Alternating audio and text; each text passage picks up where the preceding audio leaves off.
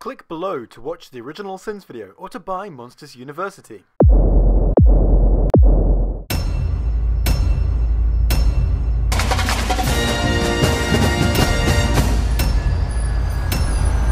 So are different kinds of monsters like different races, or are they like completely different species? You've got different numbering of eyes, some with wings. I just want to know what the rules are here. That information is not in any way important to the viewer's enjoyment of the movie. So that's not a sin. That's a question. Jeremy must learn the difference between questions and sins. And I am completely sure that I will not have to make any similar sins for the rest of the video. Yeah, let's just say if you're a fan of that one specific sin, you're in for one hell of a day. I wish I had pockets. Does he mean pocket like a kangaroo? Because no one here is wearing any clothes. Well, it is possible he means pockets like a kangaroo, but since we see monsters wearing clothes later, it's also entirely possible he just means pockety, clothy type pockets. But you know what? I'd be tempted to say it doesn't actually matter either way, and that that's not a sin. It's a question, and that Jeremy must learn the difference between questions and sins. We're cousins. Again, not sure of the genetics going on here. Is fur a dominant or recessive trait? Can you guess what I'm gonna sin this for? Can you? Come on, I'll give you 3 guesses. This is where we collect the Scream energy to power our whole world. Between this movie and the other Monsters movie, there's never been a clear explanation as to how it's collected. Are they just collecting sound? Why does human scream produce this energy and not monster scream? Oh, for fuck's sake. Can you please just add some variety into the kinds of mistakes you're making? I'm already tired of saying, Jeremy must learn the difference between questions and sins, and this is only the 4th sin this video. Also, can I just take this time out to point out how all of these monsters look like they were made in Spore? And I'm not saying that's a bad thing either. Spore is absolutely excellent. In fact, I'd just like to take this second to appreciate Spore. It's really good. If you're into creative input games and you like your games peaceful, I 100% recommend Spore. It's amazing. What are the suitcases carrying? It's well established that no one in this world wears clothes, except for an occasional shirt, hat, or jacket. Which brings up this question. I'm sorry, did you just say question?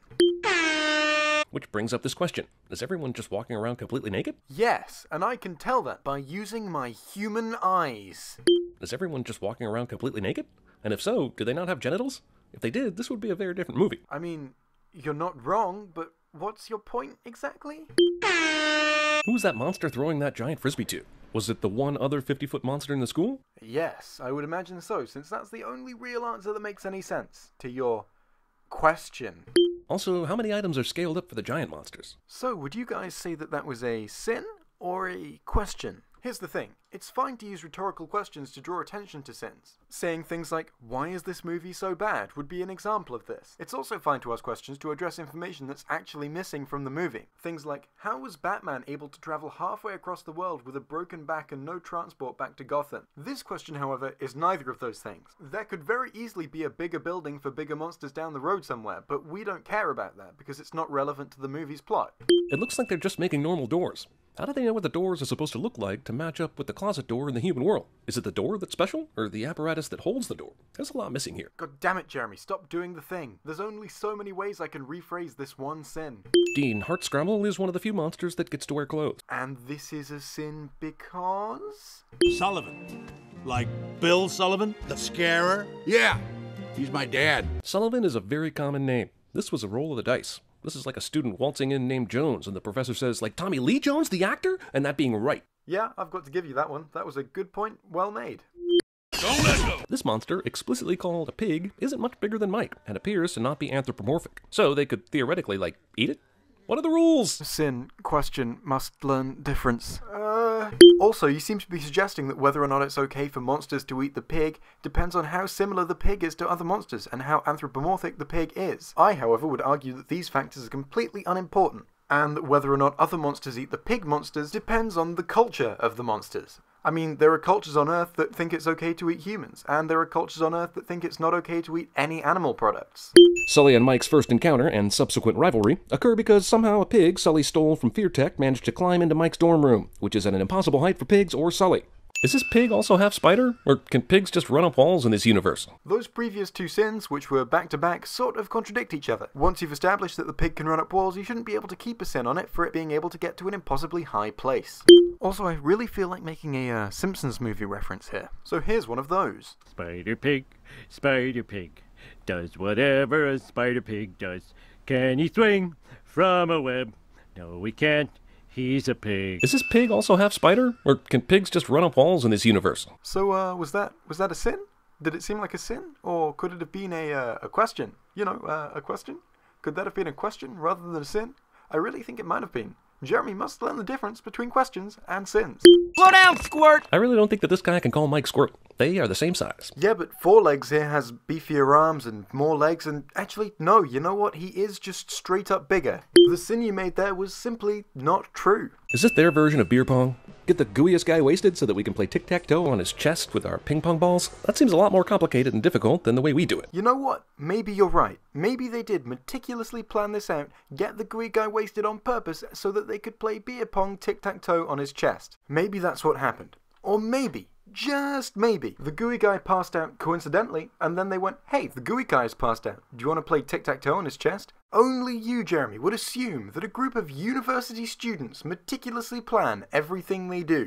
One frightening face does not a scarum make. Isn't this entire course in scaring basically just an acting class? That is not a sin. That is a philosophical question regarding what it means to be an actor. Jeremy must learn the difference between philosophical questions regarding what it means to be an actor and sins. Pure roar wouldn't make him scream, it would make him cry, alerting his parents, exposing the monster world, destroying life as we know it. Ah yes, crying would alert the child's parents, whereas screaming, a famously silent action. That was a missed sin, by the way. Has the monster world, which is full of modern-day technology, always had this ability to jump into the human world for power? Or was there a monster version of prehistoric times? A monster industrial revolution? Less scaring classes and more history classes, please. Oh joy, another sin that is in fact not a sin and in question instead. I am overjoyed at this occurrence, and I'm glad of how many ways I am having to rephrase this one sin over and over again. Shouldn't a monster universe have a human creature on their Lisa Frank-style notebooks? A unicorn griffin thing probably lives out there somewhere. Well, I can answer that question. Short answer, no. Long answer, no. Also, if you're a frat, why would you cheat when you have the frat that is so obviously bad that they're going to lose? All you have to do is not come in last. There are no points for first. Yes, a frat being competitive. What an unrealistic occurrence. Oh, a ladybug! For those of you keeping score at home, they have silverback gorillas and normal ladybugs in their universe. Cool. And why are we supposed to care about this exactly? I just want to say, I think the librarian is one of the coolest monster designs in this whole movie. How many times do monsters walk through a kid's door and there are teenagers lurking behind it, doing stupid shit like talking on the phone and rebelling against their parents? That is not a sin. That is a question. Jeremy must learn the difference between questions and sins. What? I've rephrased it like 50 times for this video. I just couldn't think of any more ways to say it, alright? If they did the hide and sneak challenge on this field, Mike would clearly have the advantage because he and the grass are the exact same color. Yes, Jeremy. Grass is green, and Mike is also green. Well done, you noticed a thing. Was that too mean? I feel like that was too mean. A red curb! I wonder how many meetings Pixar had to have about what the parking laws are here in Monster World. You know, that question strikes me as being very, very important. I'm so glad you asked it to bring attention to such a vital issue. You know, I see a tree in the background, but we don't know who planted it. Maybe you should ask a question about who planted it, because that right there is a loose end. The video title said everything wrong with Monsters University in 15 minutes or less, but the sin timer is now at more than 15 minutes. So, the sin total was 24 sins. And it's now time to administer the punishment, which I'm going to say this week is a jump scare. I think that's appropriate. Hi, and welcome to today's end segment, where I've got something for you. Recently, I went on a night out. Yes, I know, I have a social life. It surprised me as well. But here's the thing. For some reason, after that night out, I thought it would be a good idea to record a video. Here is what I recorded. I don't really understand it. Just, I hope you enjoy it. I was absolutely trashed when I made this. Hi there. I am Jay. I'm gonna tell you where I'm at. I've had a bit to drink, quite a bit to drink. I've had a lot to drink. I just came back from the club, waiting on my flatmates because I left without them because I lost them. I didn't know where they were. I've also lost my phone. But let me tell you.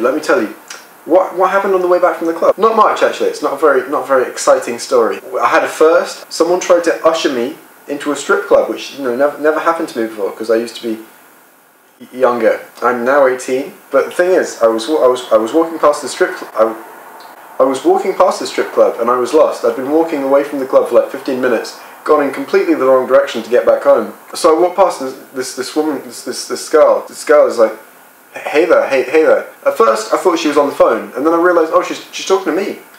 I'm like, oh hi, and she's like, how old are you? I say, I'm 18. And she says, do you want to come in? I'm like, well, what is this place? And she says, it's a strip club. Do you want to come in? Do you want to party? I'm like, oh, not really. And she's like, are you sure? Come in.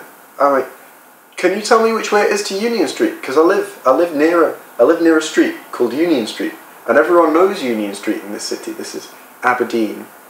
That's where I live. So everyone knows Union Street, and I know my way home from Union Street. So I'm like, okay, can you tell me which way to Union Street? She's like, oh no, do you want to come in? There are hot girls here, very hot girls.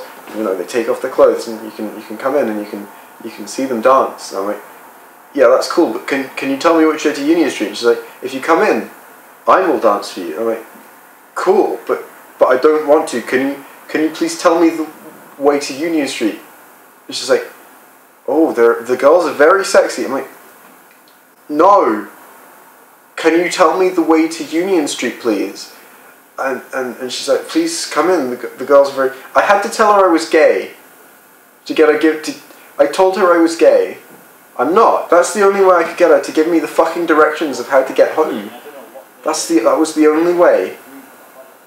So then she told me the way home. The only way I could get her to tell me the way home was to tell her I was gay. I'm not gay, by the way. I'm bisexual, which now you know that. I hope you enjoyed that story, because that is it. That is fucking it. She just told me the way home, and then I sprinted home for some reason. Don't know why I sprinted. It kind of tuckered me out. I hope you enjoyed that story.